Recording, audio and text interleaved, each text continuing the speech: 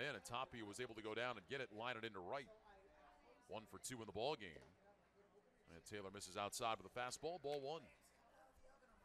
Raimel Tapia up to 302 with his base hit, trying to stay above that 300 mark on the final day of the season.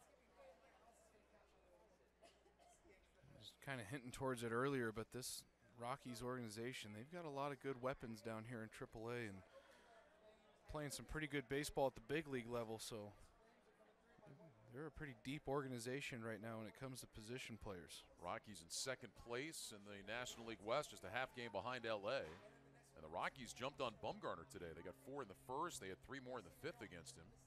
Had a 7-2 lead in that game. A couple of home runs from the shortstop, Story. Trevor Story, who we saw in Albuquerque and terrorized the Aces. Yeah, but you're right. When you talk about position players, I mean, we talked about the guys here in Fuentes and Talkman and Patterson. Tapia's had big league time. He's hitting over 300 this year. Not to mention Brendan Rodgers, number 3 pick from a couple of years ago, who's here right now. Got banged up the other night, but he's going to the Arizona Fall League.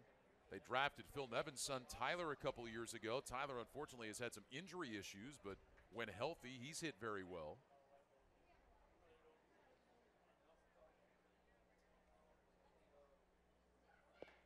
Big cut by Tapia.